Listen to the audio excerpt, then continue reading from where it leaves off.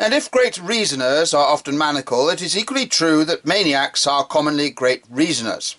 When I was engaged in a controversy with the Clarion on the matter of free will, that able writer, Mr. R.B. Suthers, said that free will was lunacy, because it meant causeless actions, and the actions of a lunatic would be causeless. I do not dwell here upon the disastrous lapse in determinist logic.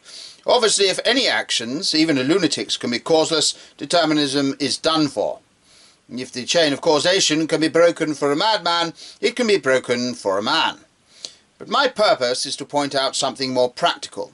It was natural, perhaps, that a modern Marxian socialist should not know anything about free will.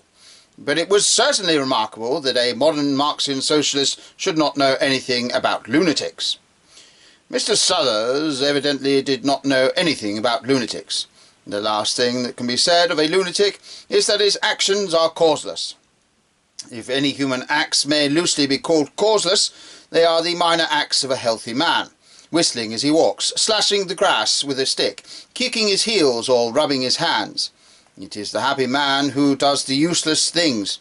The sick man is not strong enough to be idle. It is exactly such careless and causeless actions that the madman could never understand. For the madman, like the determinist, generally sees too much cause in everything. The madman would read a conspiratorial significance into those empty activities. He would think that the lopping of the grass was an attack on private property. He would think that the kicking of the heels was a signal to an accomplice. If the madman could for an instant become careless, he would become sane.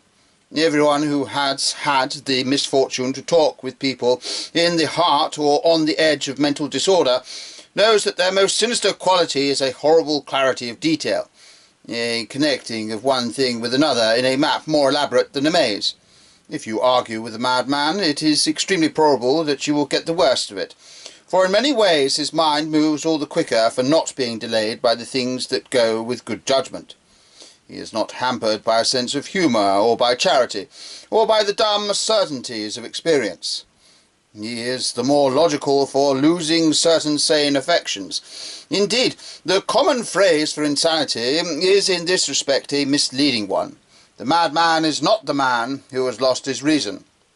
The madman is the man who has lost everything except his reason.